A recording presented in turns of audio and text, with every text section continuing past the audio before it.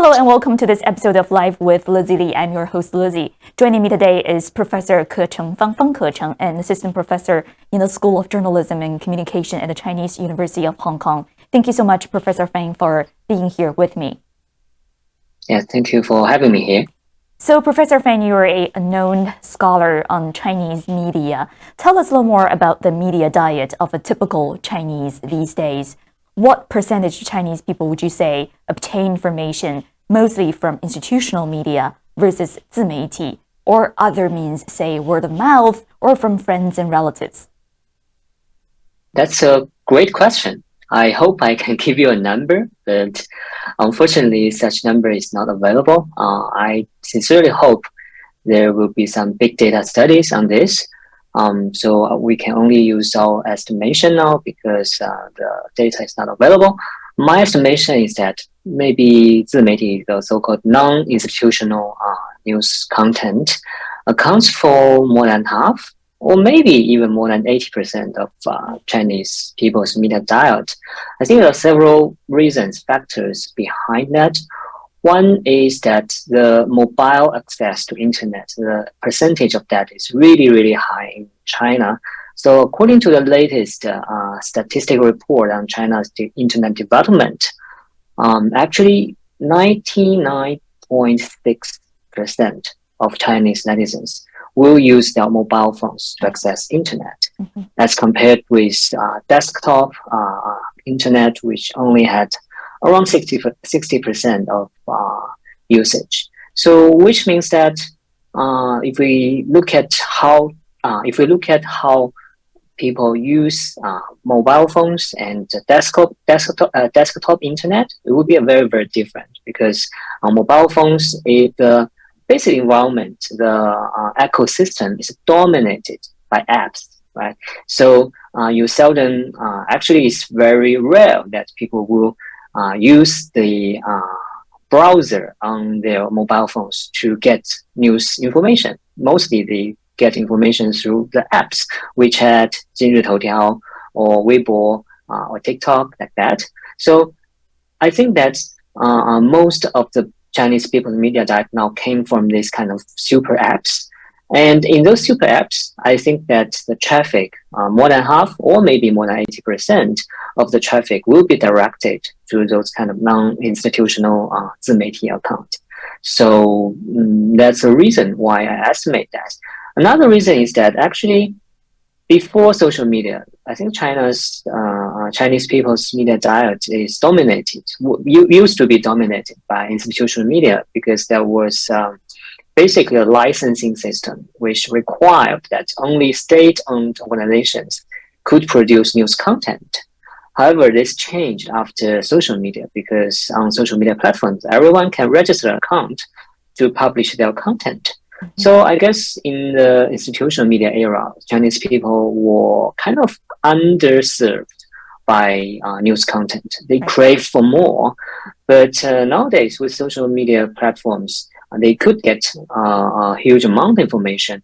And the majority of the suppliers in this market are actually those Zimeiti accounts, which are not institutional, not state-owned.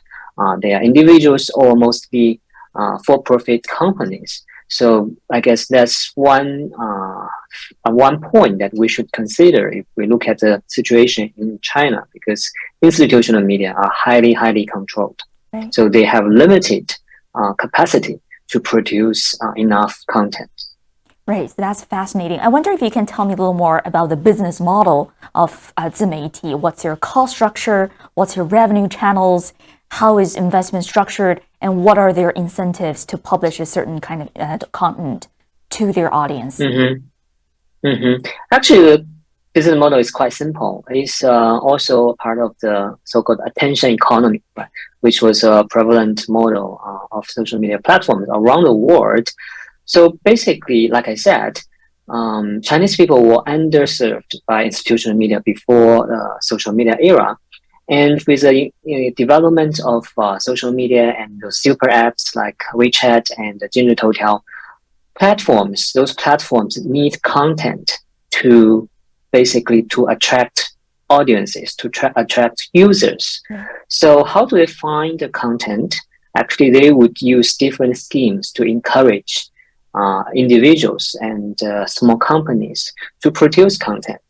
And of course, those content, if you really want to make money on those platforms, those content, the cost of producing such content should be as low as possible, and the profit should be as high as possible. Meaning that this kind of Zimeiti accounts, they are kind of incentivized to produce and promote more sensational content, content that can attract more clicks, more views, so that they have more opportunities to show advertisement to their audiences, so that they can earn a share of the advertising revenue of the platforms. So at its core, this business model is very, very simple. But if we consider the Chinese situation, Chinese context, one specific difference is that, of course, there's content censorship, political censorship in China.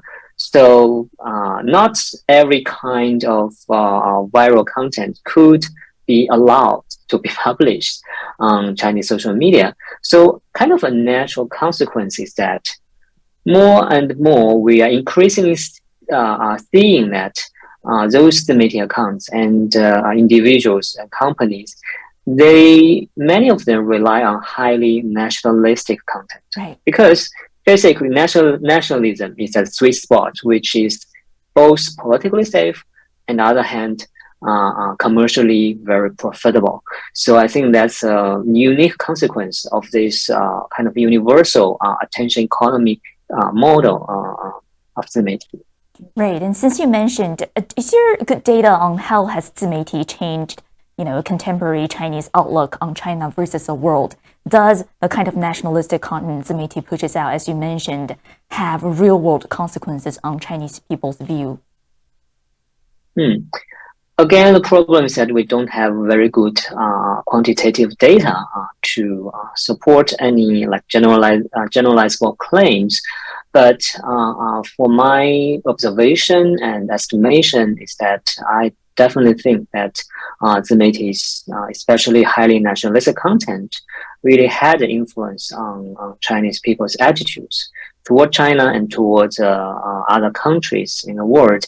Because especially rampant is disinformation about international affairs on Zimeiti.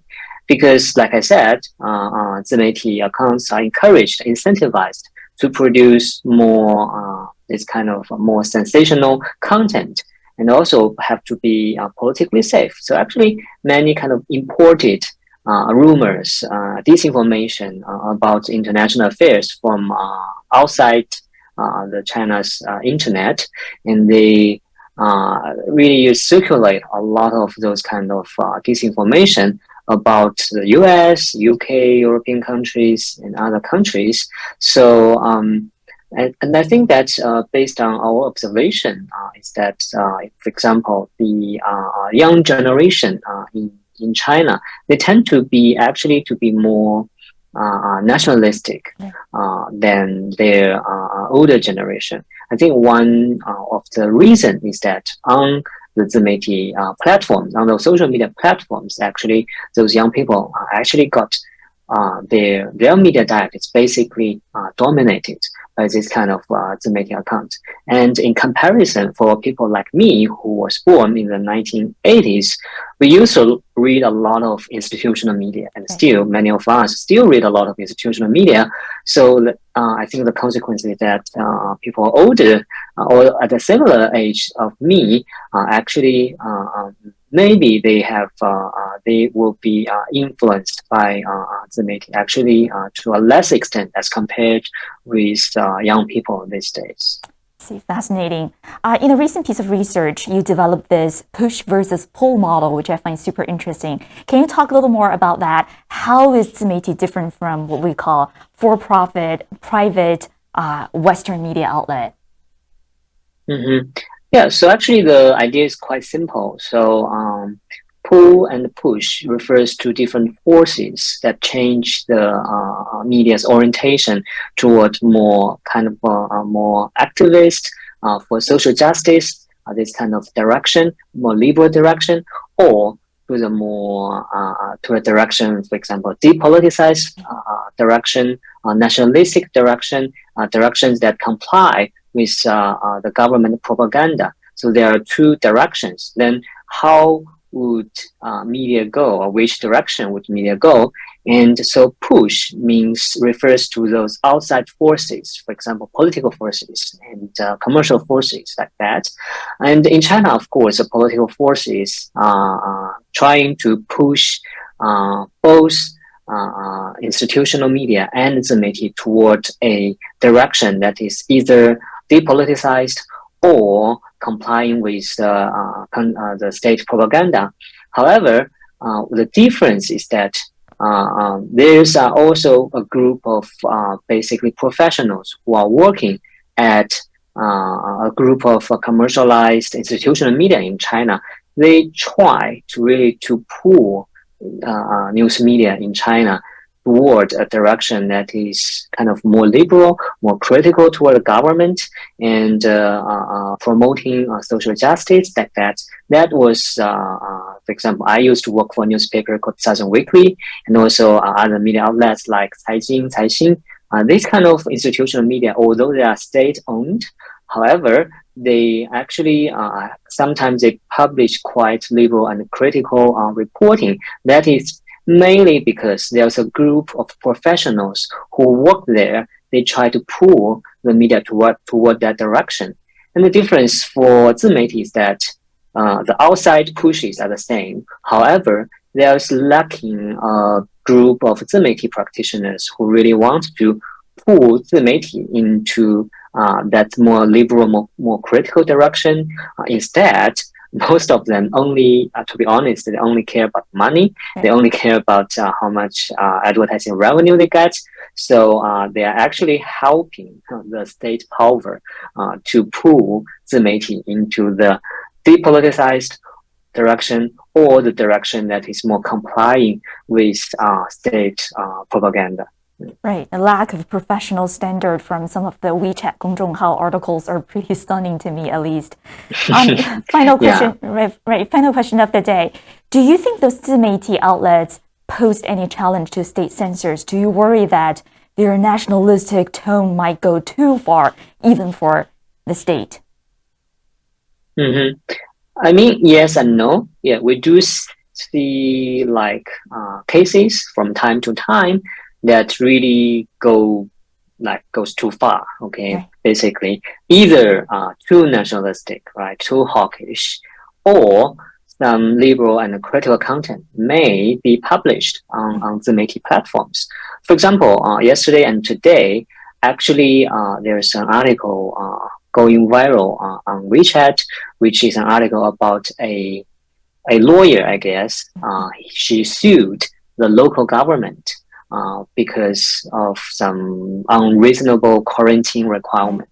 Yeah. So, and that article went viral, and of course, it is challenging the state COVID-0 policy and directly criticizing the local government for enforcing the quarantine policy at a very unreasonable manner. So this kind of post would appear from time to time. For example, during the Shanghai lockdown, there was a very long post describing the horrible situation in the Fangcang hospitals in Shanghai. Right? They described especially this terrible situation of old people, right, during that time.